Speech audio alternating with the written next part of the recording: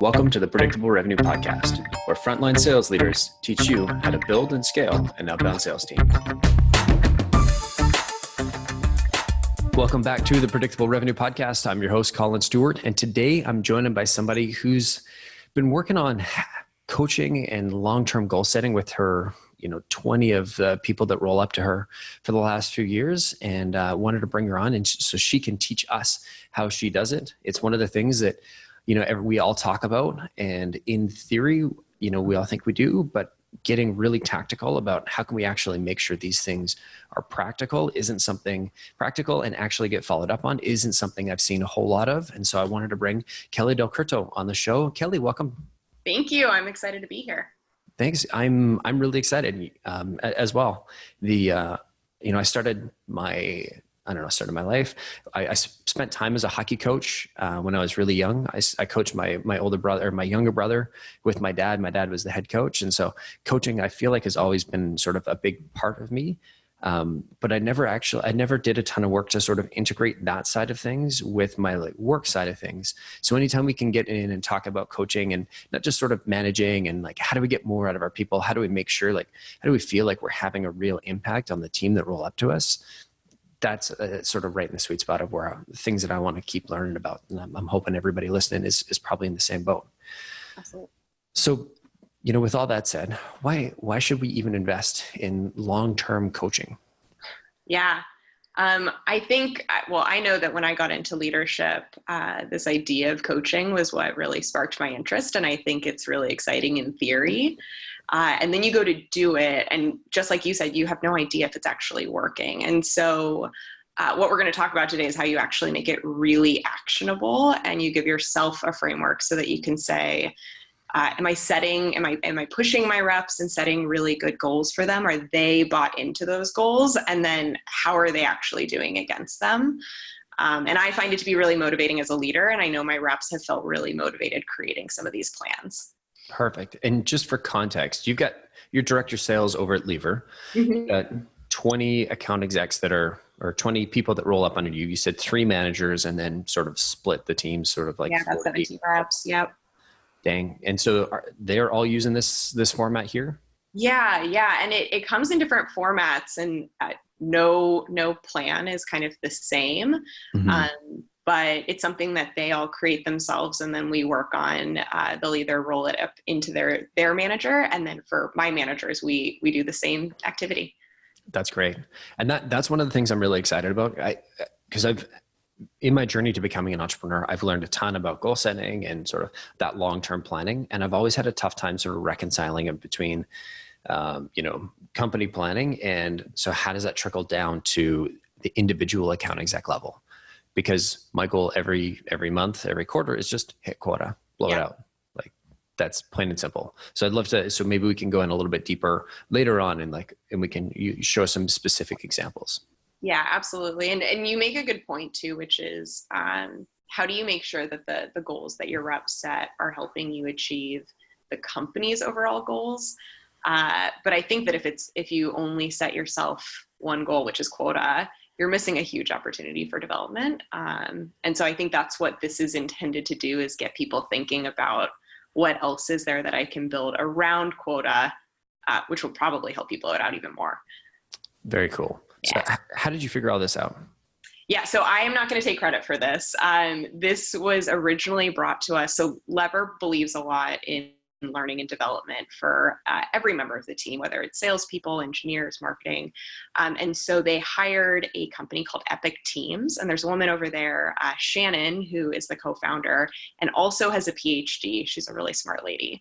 And she brought this format to us, and she calls them individual impact plans and team impact plans. And the whole idea behind it is, how do you as an individual make an impact at the company, and how does your team make an impact at the company? That's great. I love it when I know so many companies chop their sort of training and coaching, and they're leveling up people up budgets, a few years back. And so always good to hear when companies are continuing to invest. And so, thanks for the shout out to Shannon. I'll throw a link to her LinkedIn in the show notes there. So talk to me about, what does the process look like? Yeah. So the whole goal is that as a company, you're creating team goals. And then every individual on that team is creating their own plan that not only helps them achieve some of their personal goals, but also think about how they're going to make a dent on that team plan. So it comes in two forms. The first step is for you to do a team plan where you set goals as a group.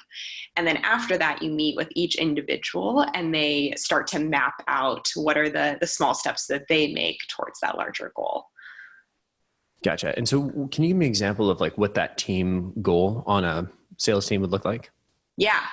So usually it's not just one. So the important part is that this is something that's documented. I think it's really important. Yesterday I was doing a little research on why goals stick and why we actually achieve things and why we don't. And if you write down your goals, apparently people much smarter than I say that you're more likely to achieve them by like 33%. And so you have this documented piece of paper that not only sets goals, but it also establishes a mission for both your team and yourself as an individual. So that if you ever get off track or you miss one of those goals, you can go back to why am I here? What is my purpose? And what's fulfilling me?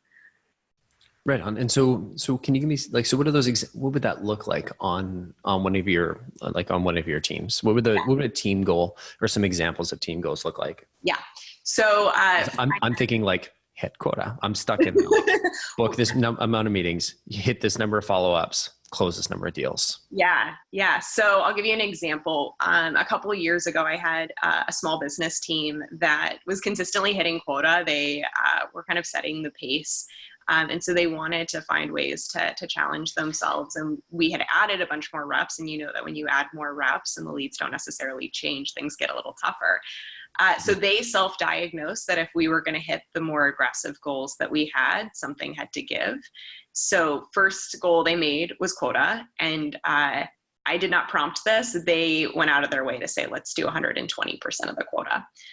And then the second goal was in order to get there, we have to revamp our outbound process. As a team, we've kind of been winging it and we need to standardize it. And so they each broke down a different part of the outbound process, like cadences, messaging, metrics, and measuring against them, and then practicing outbound pitches. And those all got folded into that broader goal. Gotcha. So in this context, your reps they're doing a little bit of their own hunting. And so you're working on their outbound prospecting and gotcha. Yeah. And then I've had other teams who've said, you know what, as a team, we need to be role playing more, or as a team, we need to go mentor the SDRs because a lot of us want to be managers someday. And I think that we get the reputation of being a team that mentors. So it often will depend on the personality of your team, but ask them what's standing in our way of hitting that number. And usually they'll find plenty of things that they feel like you should be fixing. And this is your opportunity to turn it back on them and go, okay, this is all on us. Let's create some solutions. What do we need to fix as a team and what do we have control over? Mm-hmm. Cool. Yeah. Okay. And so you break it. So that's team level. And that's just you're sitting down with the team saying, all right, what do we need to do, to hit our goals? And what does that look like? Yeah. So like, we'll get really tactical. I recommend you do this in kind of a team meeting setting. I've set it as an hour in the past. I almost always go past that. So lately I've been doing about an hour and a half, and make sure you got a really big whiteboard and you kind of, we're going to share with you the format for some of these, but you write out all of the different categories of this plan. And then you're really a facilitator. I kind of give myself the job of scribe and question asker. But I do not form their goals. I think that's really important because if you're dictating what the goals are, they're not going to feel ownership over it. And the way this works really, really well is when they get really excited over the goals and what they can create. Awesome. But you're coming into it with a little bit ahead of time. Like, hey, here's what are you sort of setting that up as like, these are our targets for the quarter, the year, whatever? Yeah. So I'll often kind of give them some prompts, like here are some of my goals that we're kind of striving towards. Here's the quota that we're trying to achieve. Here's maybe how many more reps we're going to add in the long term. But these all are conversations that you probably have already been having with your team. And so the seed is planted, and then ahead of time, let them know that they're going into this. And this is going to be kind of a team plan setting. Now, do not be surprised if you get a lot of eye rolls. My favorite moment was maybe 3 months ago. I did this with one of my manager's teams, and it was the first time he was doing it. So I was guiding him through it, and the team audibly sighed when I told them we had to do it. But none of them had actually gone through it before. They had just heard about it. By the end of it, they were so fired up. They said, we're really sorry that we were eye rolling and being a little sarcastic about it, but this is really helpful because now I feel fired up as a team that we can go crush these goals. Oh, that's awesome. Yeah. That's always a good spot to be. Yeah. And so it takes 90 minutes. You sort of share your goals.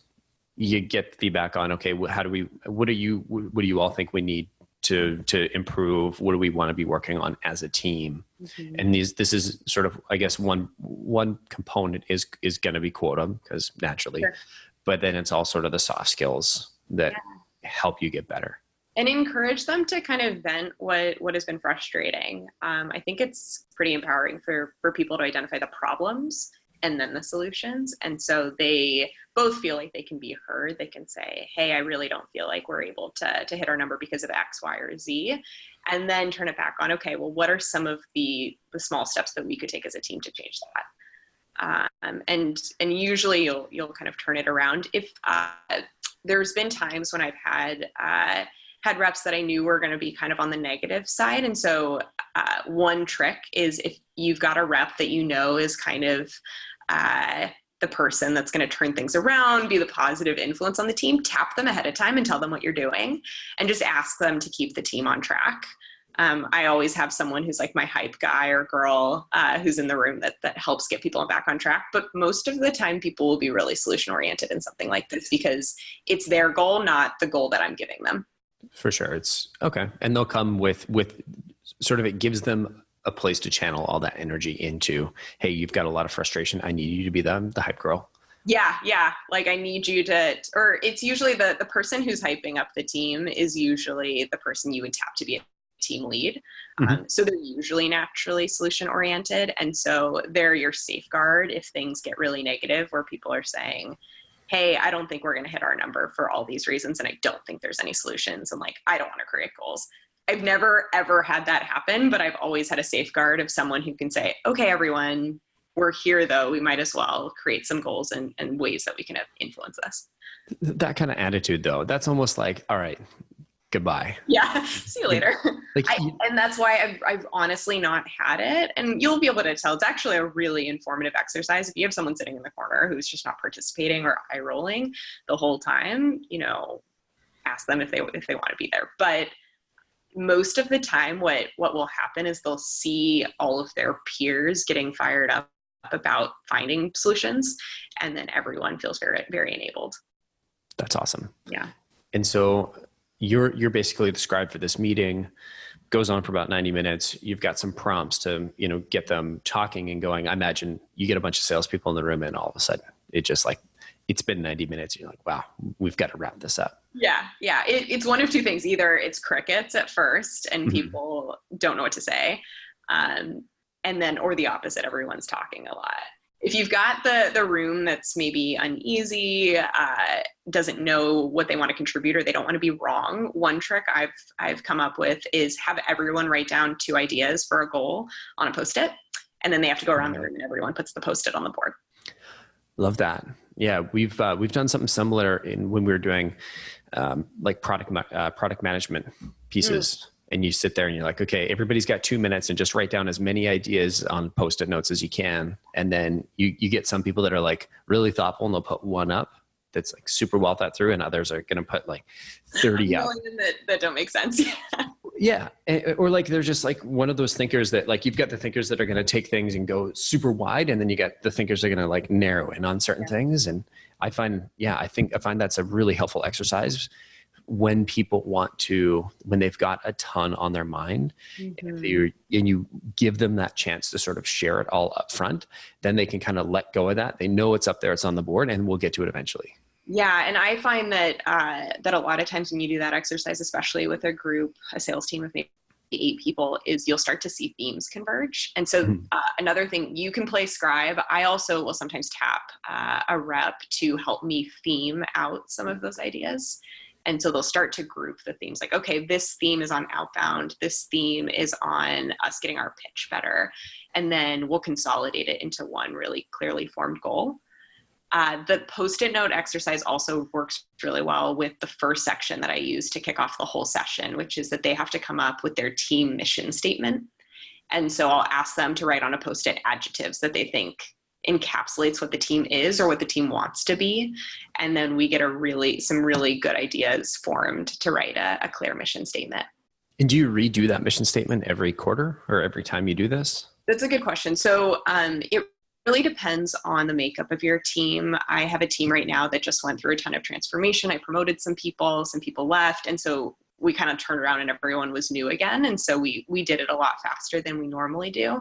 But usually every 6 months is fair. I think doing it any more than once a quarter, you're kind of wasting your time. And sometimes that mission statement, by the way, will be the same for a year. I've had that happen too. Gotcha. Mm-hmm. That's fair. Like the goal will change, but the mission stays the same if you've got the same core group. Everyone's got a little bit of a different take on the identity of the team. Nice. So you start with, here are my goals, here's what our quota is, let's talk about our mission statement, and then get them to vent about what's frustrating. Yeah, I actually start with the mission statement first, because I think what's important is that they all come together on what the identity of the team is, and then they create their goals. And the goals and the frustrations kind of come hand in hand. Gotcha. Mm-hmm. And that's where they're doing I don't think it's called idea storming, but that's the word that's stuck in my head. We're just the post-it brainstorming. Yeah. Cool. Exactly. All right. So mission statement, then you share your goals. Here's the quota. Get them talking about what's, venting about what's been frustrating. What do we want to work on? What do we want to get better at? How do we need to level up? Mm-hmm. Then what? Yeah. So I think what's really important is on kind of the team impact. You've got your goals, right? These are really tangible things, but then there's these very loose concepts that you can't put into a beautiful quota goal. So on the team piece, the third section is called norms and commitments. And so this is where you kind of establish some ground rules as a team. What do we want to be known as? What are some things that we want to get better at? And so I'll give you an example. One was my small business team felt like they were just overcomplicating their demos all the time. They felt like they were getting into feature battles. And so the norm they created is keep it simple. And so that was one of maybe 5 norms that we put on the sheet that quarter. Mm-hmm. And it was something that helped guide us later when we were working on things. Someone would shout out, keep it simple. Nice.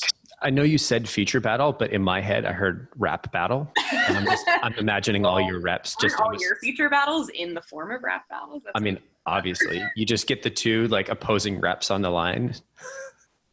That would be amazing. Yeah. Next time I got to buy some software and it's down to 2, be like, all right, guys, rap battle time. Yeah. If I didn't know that this was being recorded, I would do some corny beatboxing move, but I'm not going to do that. I'll tell you what, I've paused the recording now. Let's go. Yeah, sure. We need a couple tequilas for that. Let me see. There's got to be a delivery service that can get some tequila before the recording's finished up here. All right. So norms and commitments. Yeah. As a team. Yeah. And what I think is really important is you can say just what are some things that we do really well as a team that we should keep doing? So you could do the start, stop, and continue. Nice. Yeah. That's a really good format. And so they're going to come up with things that they need to start doing, simplify our messaging, stop doing, feeling, like we're in a rat race at the end of the month, and then continue doing, we're really good at always helping each other. So you get a couple of those things, and then sometimes that'll help you refine those goals that you already created. And some people will say, hey, given that, can we simplify that goal? So all of this, by the way, is a living document, and you're going to revisit it as a team later. And so feel comfortable that it's going to change. Cool. Okay. And so we've got norms and commitments. We do the stop, start, continue, which I'm sure that breeds quite a bit of conversation that we, and probably some looping back to things that we talked about when you just opened it up and said, vent, what's wrong? So once we've got the norms and commitments, this is kind of like your, sort of like the mini culture for the team. right? This is you've got the mission statement that sort of tees it up. And then this is sort of here's how we do things. Like you said, keep it simple. And so what comes after norms and commitments? Yeah. So now it's like, how do we actually make sure that we're doing this? Because it's really nice in practice. And I hear from a lot of reps, this was really great. How do we make sure we actually stick to it? And so the last section is this concept of tracking progress. And so you track progress. It's really, what are our measures in place to stay accountable? And so they'll come up with great things. They'll say, hey, can we bring this up at every team meeting? Just do a quick check, or hey, so-and-so is going to be our accountability buddy, and they're going to check in with us every now and then. But really take their guidance on how they want to be held accountable, because it'll stick a whole lot better. Gotcha. Okay. And so that's the team impact plan.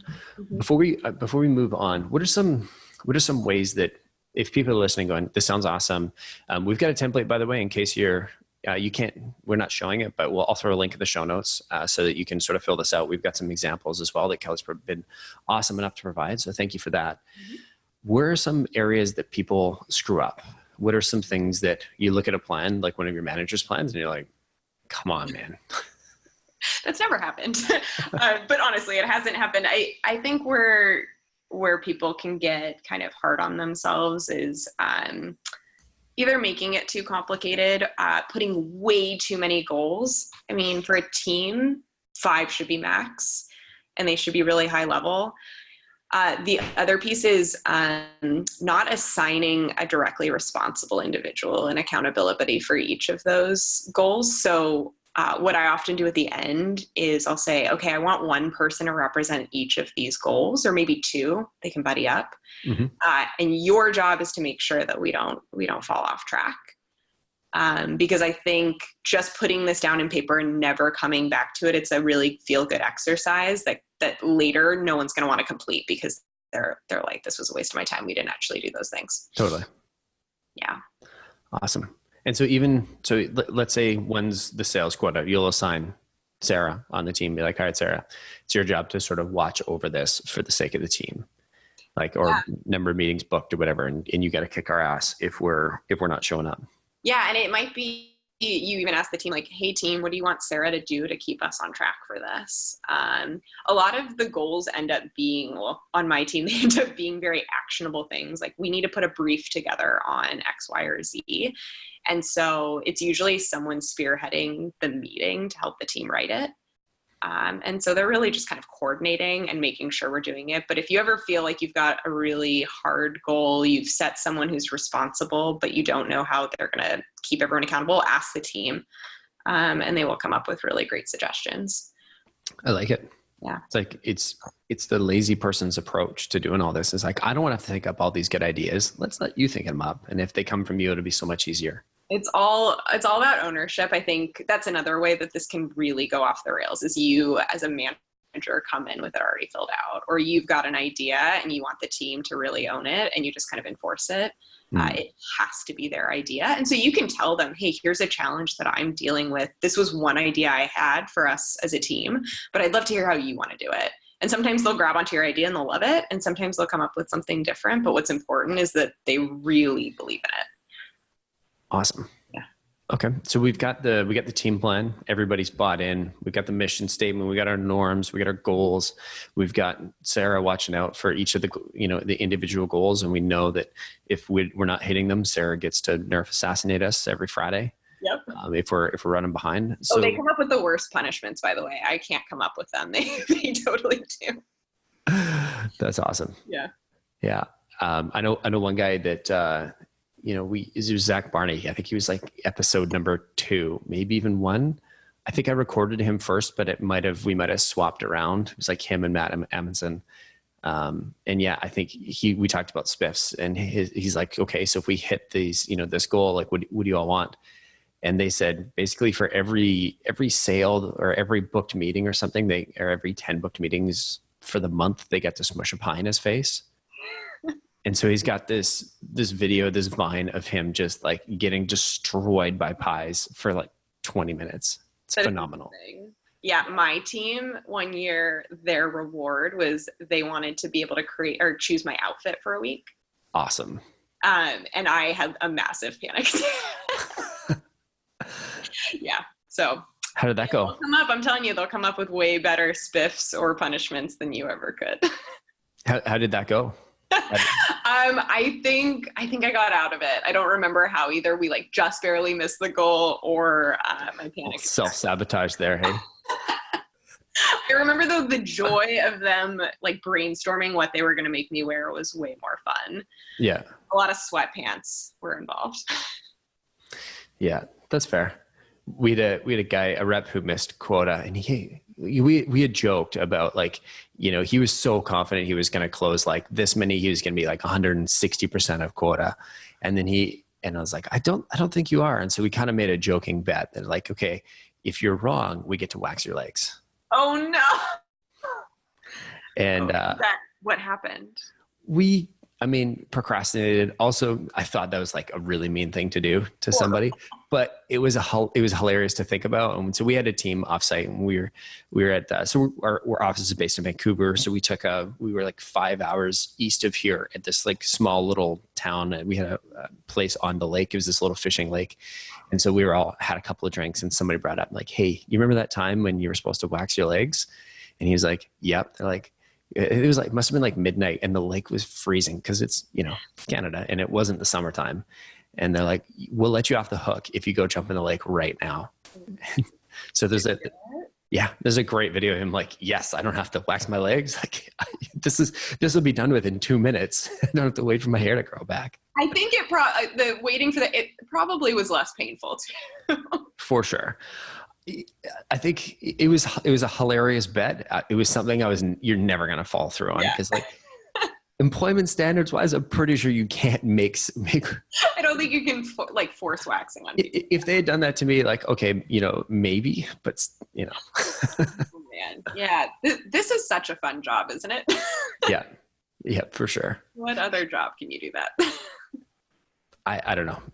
Accountants get rowdy, maybe. Oh man. So we get the team plan. How do we make this? How do we track this down on an individual basis? Does it just sort of cascade down and say, okay, these are the teams. So now I'm an individual and I have the same goals. How do I make it, or do I make it personal a little bit? Yeah, I think it's both, right? So now you've got kind of a guiding light for every individual on what the team is working towards. And so they can start to formulate some goals that push that needle farther. But I do think this fails if you don't also take into account the person's individual goals. So doing this on an individual basis is not only great for someone to get their thoughts in order on what they're trying to achieve for that quarter or that half, but this parlays excellent as a career conversation too. I think a lot of times we say we want to have career progression conversations, and then as leaders, we don't know how to have those conversations, and this makes it super actionable. That's awesome, because sometimes they're like, yeah, well, I want to be, you know, if it's as simple as I want to be an account exec in a year to two. It's like, great. We know that path. We've probably, if you're running a sales team of more than one, you know, person, you've probably dealt with that before. But when there's all the non-standard stuff, or when you've got somebody that's a little bit more junior, there's so many things to keep track of. There's so many different pieces that you need to do. And so, you know, I don't want to count the number of conversations where it's like, okay, so what are your career goals? What do you want to do? And it just dies at the conversation there. Totally. So how do we, like, I guess that's sort of, you get the goal. How do you work backwards from the future and then sort of pull it into what's actionable this quarter? Yeah. And I also will say on the career piece, I mean, this works really well if they do know what they want to do. So let's say it's SDR wants to be an AE. That works really well because you can pivot the conversation to be less of a time-bound thing, which is often what stresses managers out if they don't know if the opening is coming up, into more actionable. Okay, well, in the meantime, what are the skills that you need so you don't fall on your face when you AE? Or what's going to help you crush that interview? And then on the ones that are kind of loose, what are some of the activities you can do to go figure out what you want to do? So I'll give you an example. So I had one rep who she just wasn't really sure if she wanted to stay in sales or she didn't. And so one of the goals that she created as an individual was that she was going to go interview a couple of the leaders in a couple departments that she was thinking about and just have mentoring conversations. And it would help her with her sales regardless, because she was getting to know our buyer a little better. And then what it ended up creating was she realized she wanted to go into enablement. So some of this will also help you guide those kind of research and figuring out a career. Cool. So that's really the first step here is career goals, and then what happens next? Yeah, I think actually, I mean, this mirrors the team plan that we just did. So first thing you always do is the mission statement.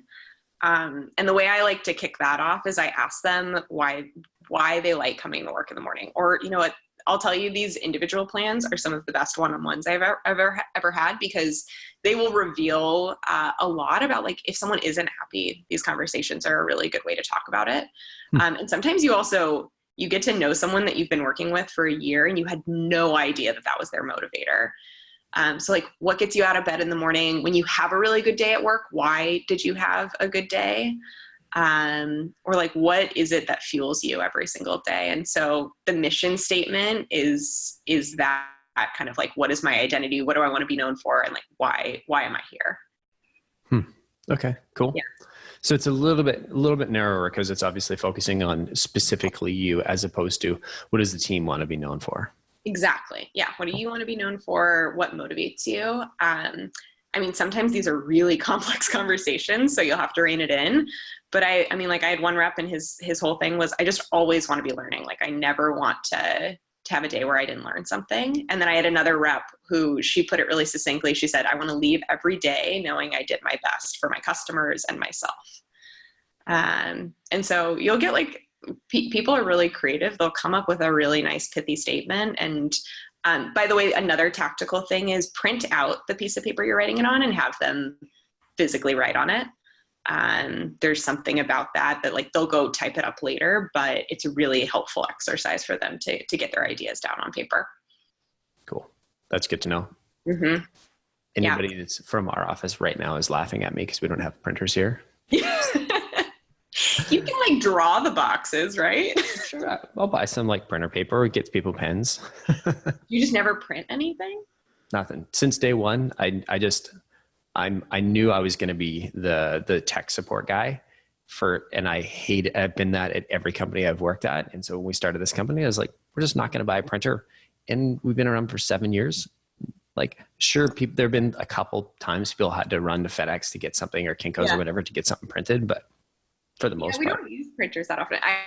My former boss, and she's still at Lever, she loves printing things. We give her a really hard time for it. So one of these days we're actually going to buy her a printer as a birthday gift. It's been decided.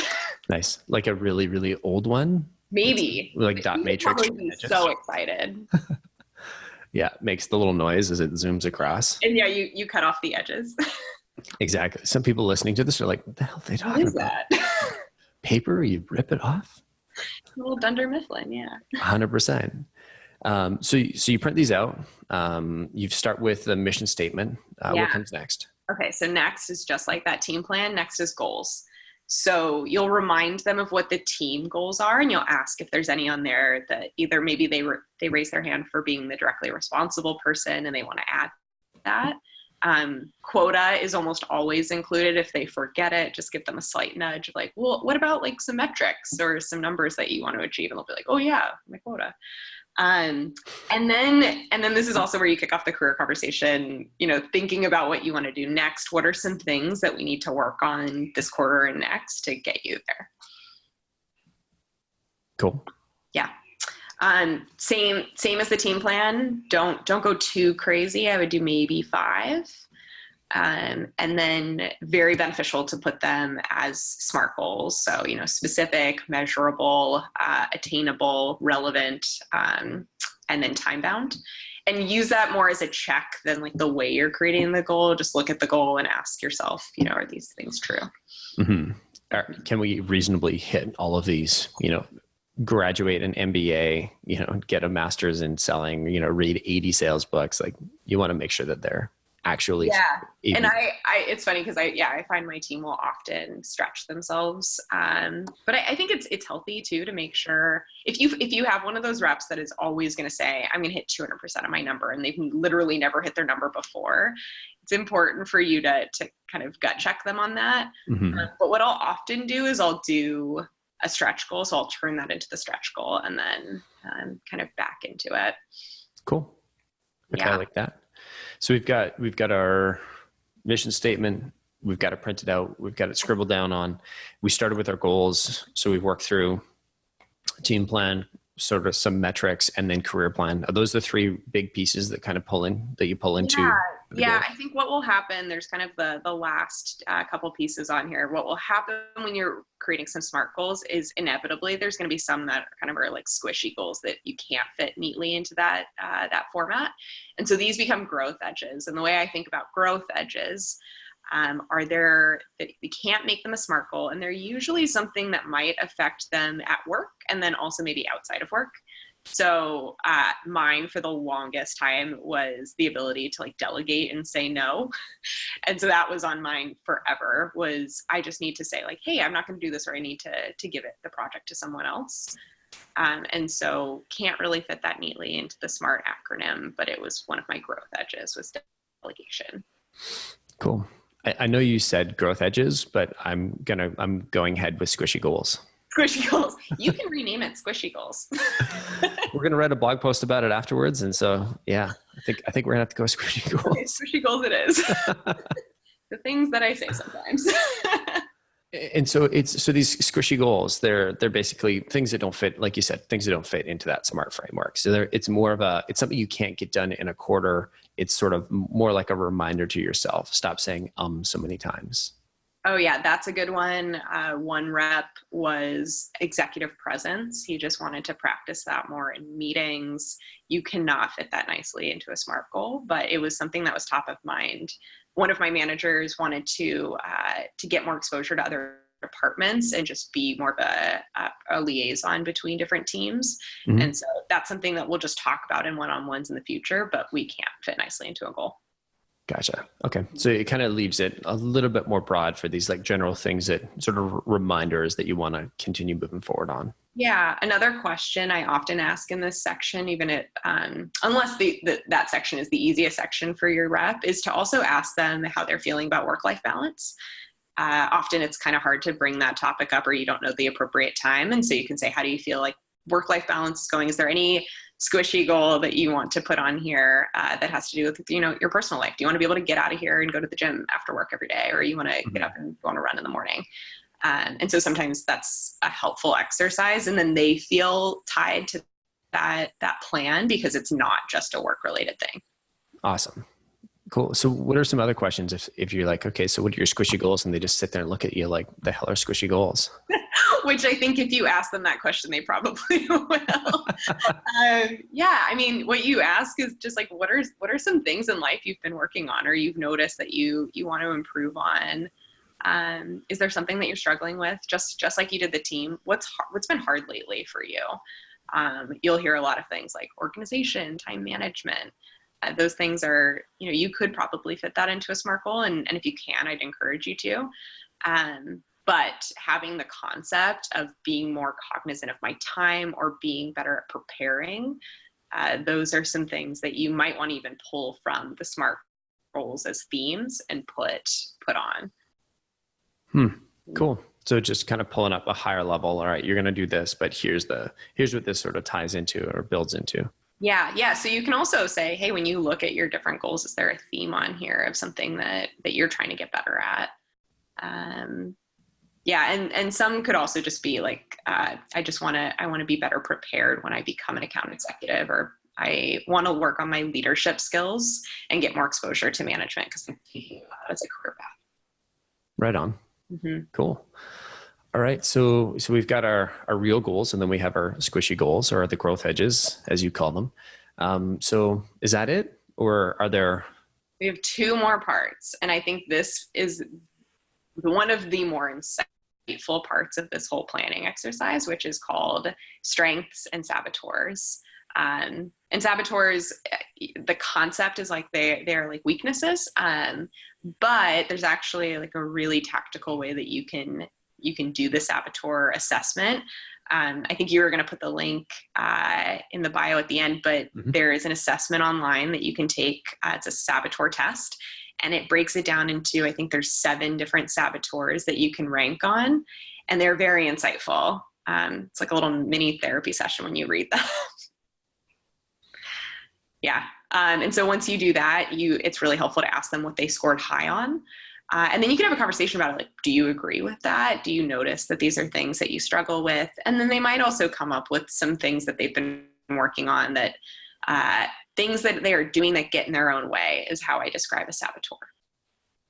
Gotcha. And so will you have them take the test ahead of time, or will you kind of administer it to them, or how does that work? Yeah, good question. So in prepping for this, I often will send them the sheet online so that they can see what we're going to work through, and just ask them to think about it. But I'll say really explicitly, do not feel like you need to fill this out. And then I will also send them a link to the Saboteur Test and have them take that. And so then we'll pull it up when we get to that section and talk about it. Mm-hmm. And it's funny, one of the saboteurs that's really common on sales teams is overachiever. And so the overachievers probably already filled out the sheet, which is the dead giveaway. That's fair. Yeah. And so when you say you'll share the sheet, it's basically the impact plan is what you're sharing ahead of time. Exactly. So it's the thing that they're writing on. Gotcha. So here's what we're gonna go through, and then you'll send the link and say, hey, go through this assessment or check out the assessment. Exactly. And if you do this regularly, I do this every 6 months or so, they may have already taken the Saboteur Test. I encourage them to take it again. I often take it every 6 months, and it changes a little bit. And so it's a good checkpoint too, and a good reminder to re-look over what those different saboteurs are. What's interesting is, as a team, it's interesting to get back together after you've done all of this and tally up what are the most common saboteurs on the team. And you'll start to see a trend that affects the culture. I had one team that we had no people on it that scored high on one of the saboteurs, which was victim. And that was my team that was always finding solutions. And then, a couple of years later, I had that being a little bit more even. And it was a good reminder to me that your team is going to change, and the things that they do that get in their own way are also going to change. Mm. Gotcha. So that's the sales assessment is, I'm guessing, is free, but pulling up all those stats, or sorry, is that sort of like, that's where they get you got to pay for that? Honestly, or is it all free? That whole test is like a free online test. Yeah. There's Cool. nothing you have to pay for. I'm sure that they've got other, like planning or consulting work that they do, but that's just one of their free online tools. Oh, that's great. Yeah. I thought that was going to be like, oh, if you want to get these metrics, now you got to buck up for the team. No, it's pretty simple. It's like there's the 7 different saboteurs, 7 deadly sins maybe. And then you score on a scale of 0 to 10 on it. So if you're a 10, that saboteur is like really prevalent for you. You probably know it. And then if you score like a 3 or a 4, it's not really something that gets in your way. Cool. What if you have no saboteurs? What if you're just all strengths? You're like, what if you're just perfect? That Right? hasn't happened yet for mine. You break the test. We have 2 or 3. Some people like myself score really high on like 5. But it's good. Cool. Yeah. And the more you have, the better, right? Yeah, that's how I see it. I'm an overachiever. Your team also, by the way, I think it's really important to tell them about the test before they take it and why they're taking it, and telling them things like everyone is going to have something that gets in their own way. I had one team meeting where they took the Saboteur Test, and people got really defensive and said, I don't see these as weaknesses. I see these as strengths. Like, these are the reasons that I'm so good at my job. And I think it's important for you to say, hey, actually, this is probably a reason that you're really good at sales and good at your job. But let's talk about also the ways that it could prevent you from being successful. But every strength has kind of a counter, and every weakness also has a strength. So that's an important balance. For sure. A really, I've only read parts of the book, but a really interesting concept that came out of Carl Jung's work was his book was The King, Warrior, Lover, Magician. I think I got that right. I probably got one of them wrong. But he talked about those are the sort of 4 categories and everybody has a little bit of each one in them. And there's the light side of each characteristic, and there's the shadow side. Right. And so it's like, you could be totally right in that the positive side is you do this, but there's also sort of every sort of positive trait or attribute has that sort of negative side. Absolutely. So that's kind of how you're queuing it up there. Yeah, exactly. And I think you can say, where do you see it show up really positively for you? And so if you've got someone who's an overachiever, it's like, well, I always hit my number at all costs. And then you go, okay, well, like, what are some ways that it's not helping you? Oh, well, I stay at work till 8 p.m. every night and I'm really stressed out. And so, yeah, asking them what the light and dark side of each of those is a pretty insightful exercise. I've had a lot of people have big aha moments in that. I've also had some people who really didn't want to talk about it.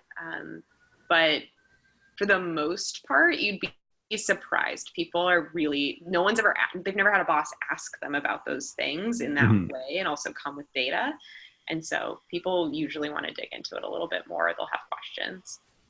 Cool. So how do you open up that conversation? Just, do you have them share the test ahead of time? That you go through it? Do you go through it together? Like, what does that look like? Yeah, I'll often just say like, hey, why don't you pull up your saboteur? And here's another thing, I bring up mine. So I think it's not fair in that relationship to say, hey, what are all the things that you're terrible about? And then not tell them what my weaknesses are. So if I see that they don't want to talk about it, they're a little nervous about it, sometimes I'll go over it, my assessment first and say, here's how it shows up for me. And then ask them kind of what they noticed and ask them to like, what do you disagree with? Are there any on here that you just don't think are true? Let them have some ownership and control over it. But for the most part, people are actually pretty open about talking about it. And the idea is that everyone has them, no one kind of gets out scot-free without them. Cool. Mm-hmm. So if they're nervous, you start by sharing yours. Mm-hmm. And then and then you ask them, like, how do you feel about yours? What do you agree with? What do you disagree with? Yeah. And then where does it, like the best questions, where does this show up at work or where does this show up for you that you want to change?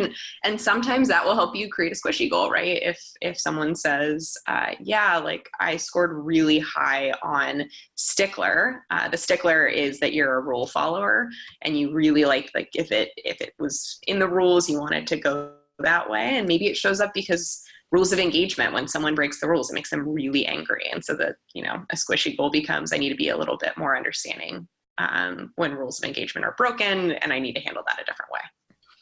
Cool. Mm-hmm. I like that. So where does this, the powerful questions, where does this show up at work? Yeah. Where does this show up where you want to change?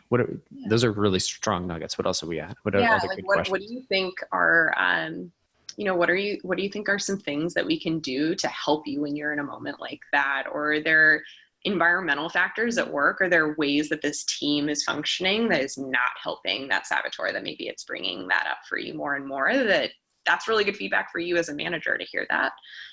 Or are there situations that you put yourself in that make that saboteur go into, overdrive?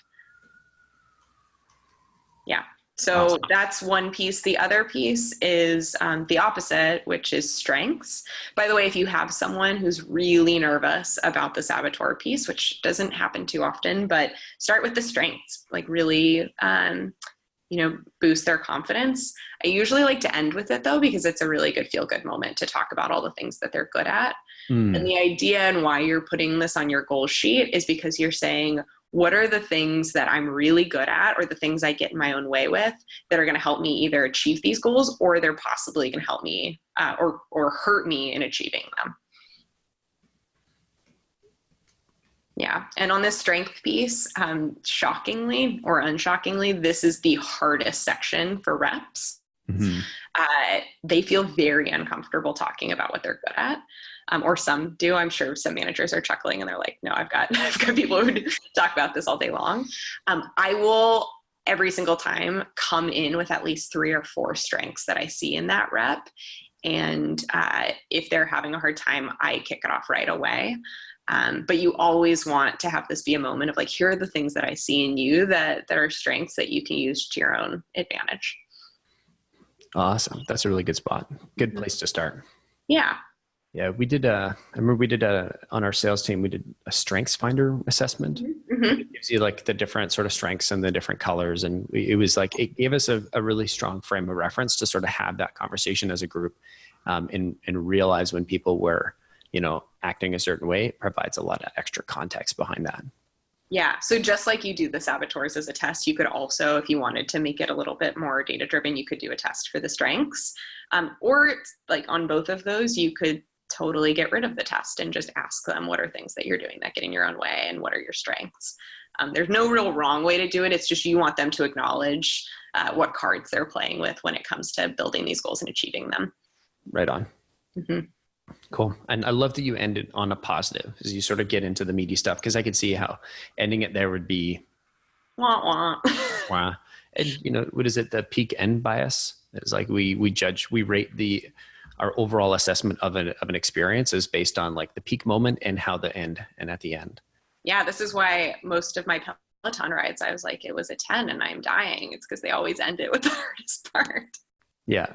All of your, sorry, you said Peloton rides? Yeah, I'm really into Peloton lately. Cool. Yeah. That's like, I'm not like I cycle. So are you referring to like in the Peloton, like you're riding in a big group? Is this a race or is this cycling thing I don't know of? No, it's okay. It's a company based out of New York, and they make indoor cycling bikes that you put in your home. Okay. Created this entire empire off of kind of recorded and live classes that you take at home. Gotcha. Sort of like Zwift and Sufferfest and all that stuff. Yep. And it kicks my butt, but it's good. You live in San Francisco? Mm-hmm. I think on behalf of the cycling community, we have to call you a wuss because it's your winter. It's like our summer. Come on. Well, what Jack London says that the coldest winter he ever experienced was a summer in San Francisco. So get your legs moving and you'll be fine. Yeah, you'll be fine. And I really have no excuse because literally my bike is in my house. It's not even outside. Yeah, that's fair. But I totally know what you mean. I've done some races myself, and you're like in the middle. You're like, oh man, this is brutal. But by the time you finish, it's like, yeah, you're like, that was the best ride of my life. Yeah, I'm gonna do it again for sure. You trick yourself, totally. Cool. So we've got our team goals, we've got our individual goals. How do we make sure? And so it's really great. I like how you've got the accountability on the team side with individuals sort of accountable for each of the team goals, and you've probably replicated that in the individual plans. One of the things I've seen people do this, you put all the work into planning and then there's no follow through. So how do you make sure that you continue to get pickup on this, people continue to show up and actually work through these? Because I imagine, like you said, for the team goals, if you just sort of do it once and there's no follow through, you're not going to want to do it again. Absolutely. So. Yeah. And I think that's why it's so important when you make that SMART goal that you use the T, which is time bound. When do you want to achieve this? And so I'll ask them, what are ways that you want to check in on your progress against this? No matter what, I, as a leader, will always bring this up once a month. Maybe at the start of a month is a really good time to do it. And honestly, the conversation happens really naturally. You just pull it up on your computer, or you pull up the written version and you say, let's go through this. Like, let's do a refresh of what they are and what have we already achieved and what haven't we? And then I often will encourage them to get an accountability buddy on the team, and they swap individual impact plans and then hold each other accountable to it as well by just asking, how's it going with, that executive presence that you're working on. Cool. Mm-hmm. So everybody gets an accountability buddy, and then you're reviewing it as the manager at the beginning of every month. Exactly. Yeah. It's kind of a conversation starter. I often will use this as when we have our career conversations, I'll bring that up in tandem. And it's a powerful thing when they know that those goals are also part of the career growth and how they get there. And so they'll feel far more committed to them as well. Perfect. Mm-hmm. So we got revisiting it regularly. I feel like this has been awesome. I didn't even look at the notes that we took. I've just been continuing to ask questions. Yeah, I'm like, this is awesome. So I'm trying to think here. What have we missed? You know what? I would love to, to ask, like, can you talk about the impact that you've seen on teams that have implemented this? Yeah. So that first example I gave at the beginning, where we realized something had to give because we were adding a ton of reps and we didn't have an outbound program. It was literally what kicked off the impetus to do more outbound as an AE team. And I'll tell you, as a leader, I had been trying to get them to do outbound for 3 or 4 months before that, and nothing was sticking. And once they had the idea of doing it, it all took off. So it was the thing that created all of our cadences, got everyone creating goals around how many outbound meetings they were going to set. Mm-hmm. And then it was a constant conversation topic at team meetings. And now the team is known for almost outbounding too much. I need to rein it in. But that was kind of one impact I saw. For individuals, I mentioned the woman who created or realized that she wanted to go into enablement. Mm-hmm. About 6 months later, we actually promoted her onto an enablement role that didn't exist at Lever. And now she's doing enablement over at Brex. I had one gentleman, I printed off his as an example.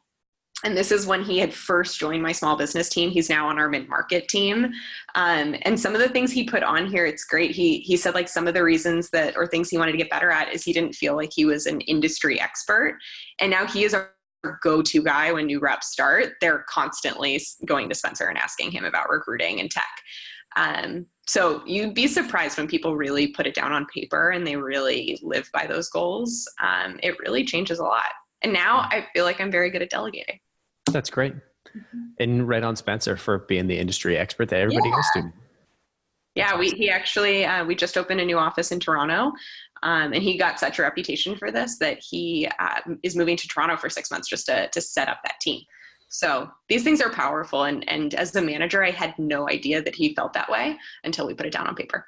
Well, and now that it's down on paper, you can look back and just having something to point to and look at all the progress that we make. On some of these soft skills, it's hard to even remember, hey, back a year or two ago, I was struggling with this. And to be able to point, like have this relic of 2 years ago that says, hey, you kind of sucked at this, you sucked at that, you're trying to do this. It's like, you look back and you're like, man, I've come so far. Yeah. And I don't actually do this, but I feel like I should, is taking those plans and then marking them up on what you achieved. So you have your goal and then you rate your actual, and then these things become excellent interview guides when you do go to your next job. You often feel like you can't remember all the things that you worked on and got better at. And that's a very good way to put it down on paper. Yeah. A note to Kelly's team, if any of you were thinking of quitting. Look, I created a guide for you. This is basically your outboarding plan. It's kind of funny though. I talk about this with my team all the time. And actually it's commonly something I talk about when I launch these are the skills you take outside of Lever. I feel like as managers, we sometimes get so freaked out that people are going to go quit on you and interview somewhere else. But if you just talk about it and you're constantly investing in, okay, well, what do you want to be better at when you go to your next job? It's a powerful thing that when people feel like you're really investing in care, they don't leave. So true. I remember in the early days of the company when there was just a few of us, it's not like the core, like first few people stuck around, and we still have a good chunk of them of like the first 5. There's probably 3 still left, which is awesome. And then sort of in that journey from like 3 to 10 to 15, our turnover was like, people were lasting like 6 months. And then we just went, almost, I think it was a year, 13 months without any voluntary churn for the whole company, which was, I think was definitely got to be a record, especially because in that period of time we grew pretty substantially. And I'd say the 2 big things that we started doing differently were hiring, being a lot more intentional with our hiring and making sure we're finding people whose goals line up with our goals and who want to work on the skills that they're going to learn here. And then 2 is just investing more in the people and the one-on-ones and figuring out how to get better at that and how to, how we can invest more in the people so that they're, on that pretty high growth trajectory. Yeah. I find that we often as leaders just don't know how to have those conversations sometimes, or we don't know what to invest in, right? Because I know I am guilty of this, is the ways I invest in my team are ways that I would want someone to invest in me when I was a rep. And this is a really good way to figure out that's, that might be what they want, but it might not be. And it's a tangible way that they can go, wow, someone actually like asked me what I wanted my work-life balance. No one has asked me that before. And I really do feel like I'm making progress. I think that's the other reason people will leave, is they don't feel like they're making progress fast enough. And it's because you often aren't writing down and reflecting on where you were and how you got there. If you're not talking about it, if you're not checking in about it, then how can you, right? Yeah. We tend to have the bias of just, we assume we didn't achieve as much as we did, or we think that we could go do better elsewhere, but you kind of forget where you started. Yeah. And especially if you're managing people, you sort of forget that exactly what it was like when you were first getting started. Right. And so to try and relate, right, we're probably like, if I think back to when I started as an AE, it was 15 years ago, maybe a bit longer. And like, that's a long time to remember, like, okay, I remember sitting in the chair and like staring at the phone and, like you can remember some of the things, but you can't remember. It can be kind of challenging to relate. And if you're not able to do that, you can't get in their head and figure out, hey, why are they feeling this way? Like this conversation is that you provided here is just such a powerful framework because now you don't have to read minds. You can just ask them what's on their mind.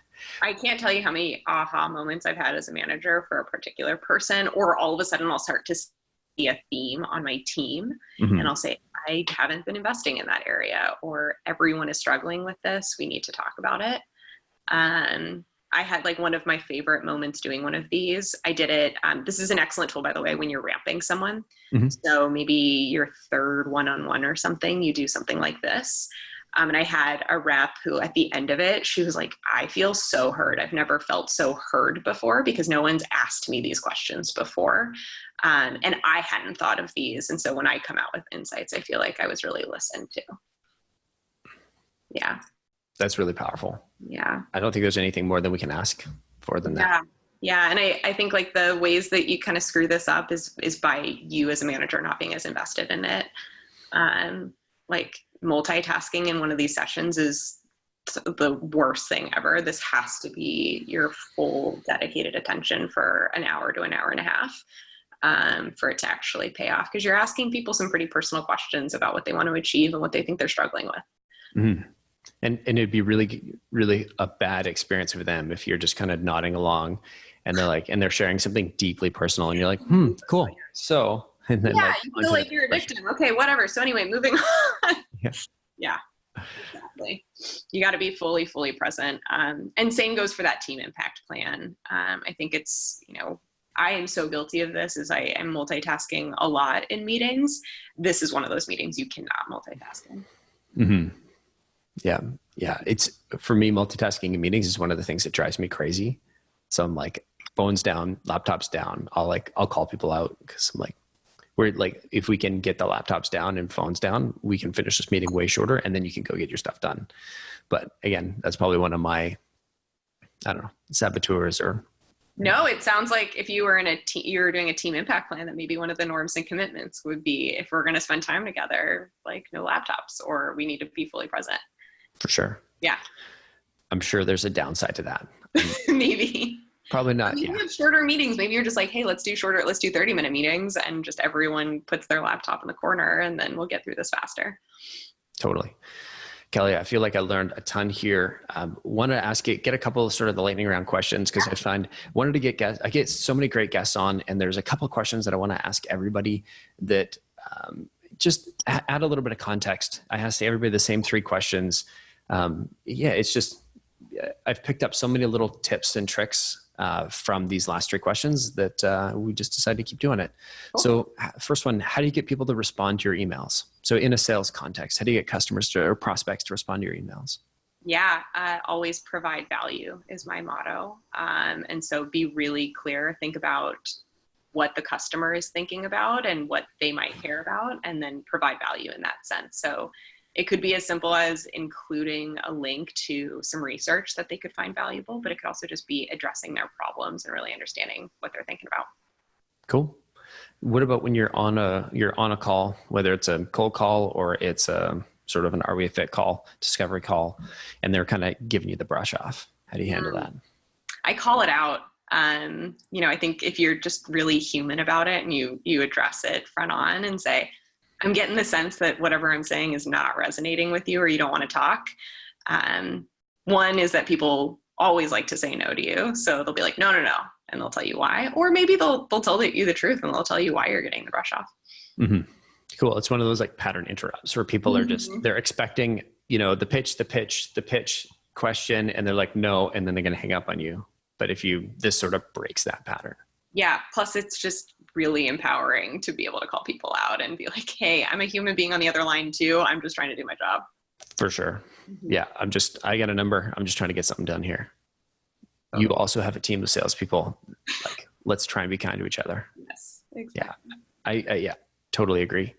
Okay. And so last one, what do you do? And maybe this is you, maybe this is your team, but what do you all do when you need to push at the end of a quarter?